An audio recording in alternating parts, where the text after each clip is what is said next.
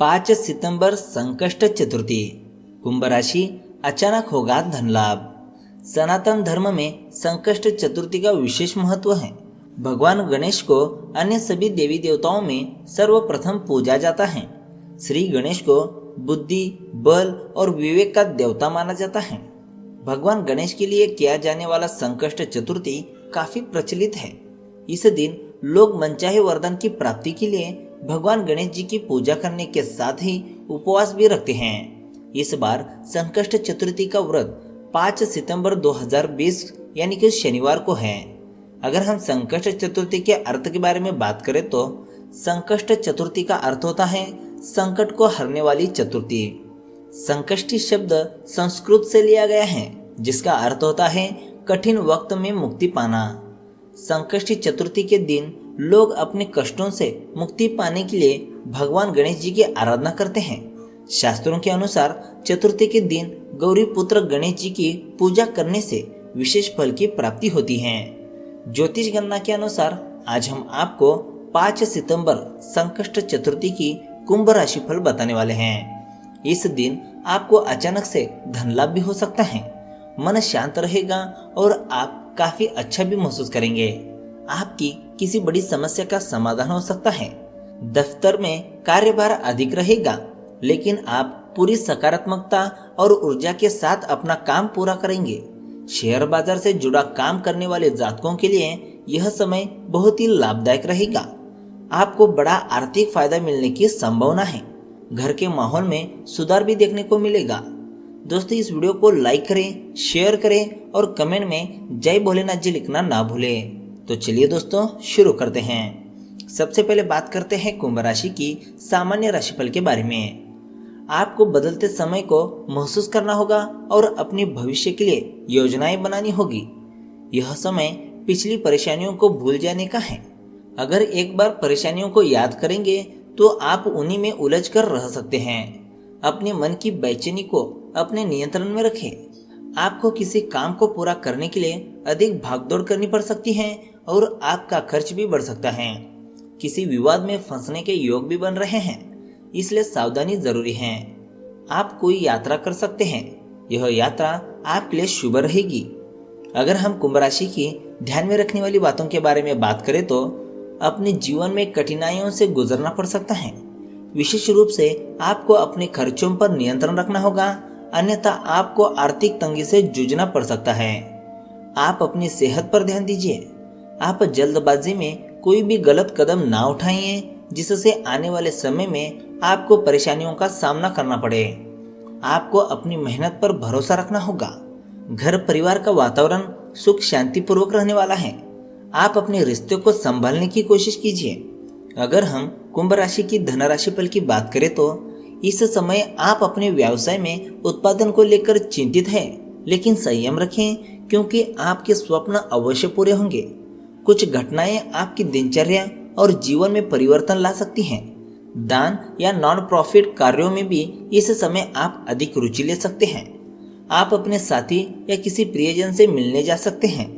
समान विचारधारा वाले लोगों के साथ विचारों का आदान प्रदान आपको लाभ पहुंचाएगा। यह दुनिया संभावनाओं से भरी हुई है, उनका पूरा फायदा उठाएं। अगर हम कुंभ राशि की करियर राशिफल की बात करें तो आप अपने रहस्यमय प्रेमी से मिलेंगे, जिसे मिलने के लिए आप बेहद उत्सुक थे। आप सपनों के समुद्र में गोते खा रहे हैं और इसमें बेहद खुश भी हैं। अपने शोना का प्यार आपको नई दुनिया में ले जाएगा। आपका स्वीटू ही नहीं बल्कि आपके दादा नाना भी अभी आपका पूरा सहयोग करेंगे। अगर हम कुंभ राशि की लव लाइफ के बारे में बात करें तो अगर आपकी पिछले दिनों अपनी प्रेमिका से अनबन हुई है तो आप थोड़ी राहत महसूस करेंगे। आप अकेले रहना भी पसंद कर सकते हैं। पिछले झगड़े को लेकर आपको चिंतित होने की जरूरत नहीं है, क्योंकि वे झगड़े अभी भले ही मनमुटाव पैदा कर रहे हो, पर वे कुछ समय बाद खुद सुलझ जाएंगे और आपके रिश्ते पर उनका दुष्प्रभाव भी नहीं पड़ेगा।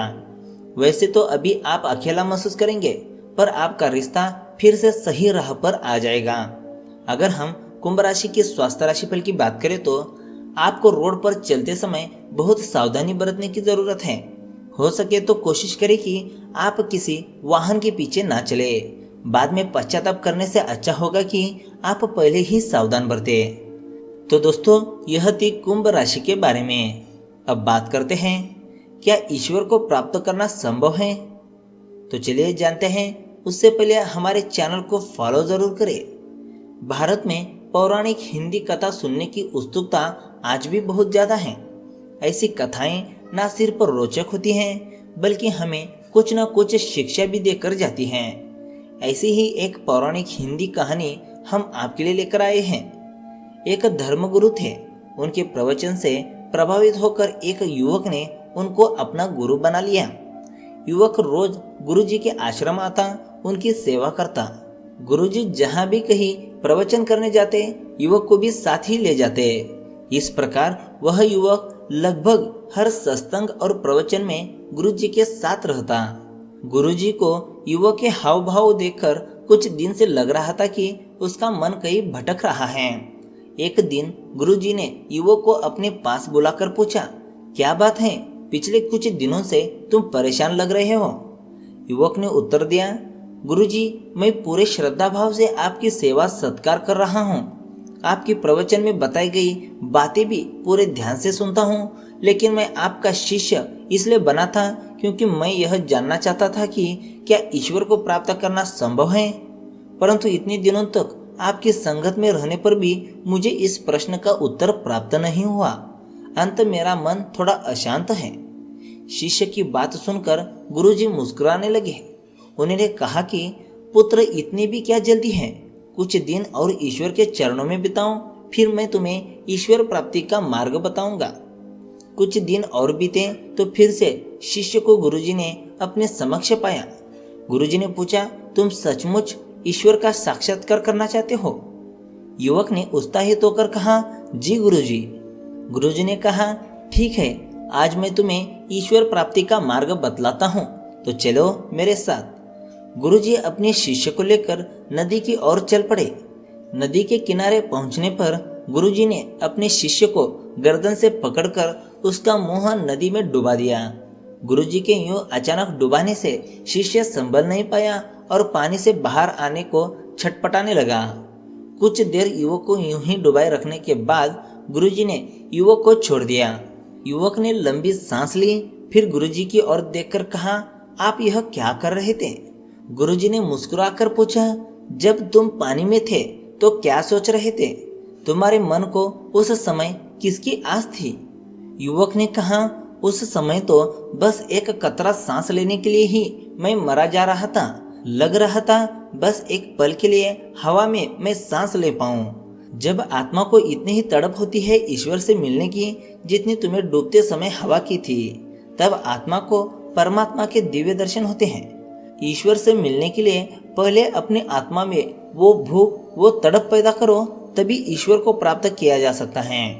तो ये थी एक पौराणिक हिंदी कथा जो हमें ये सीख देती है कि अगर ईश्वर को प्राप्त करना है तो अपनी आत्मा में उसे पाने की भूख होना बहुत ही जरूरी है। तो दोस्तों, आज की वीडियो में बस इतना ही। वीडियो अच्छा लगा तो एक लाइक जरूर करेगा, साथ ही हमारे चैनल ट्रेंडिंग राशिफल को सब्सक्राइब करेगा। तो मिलते हैं एक नई वीडियो के साथ। धन्यवाद।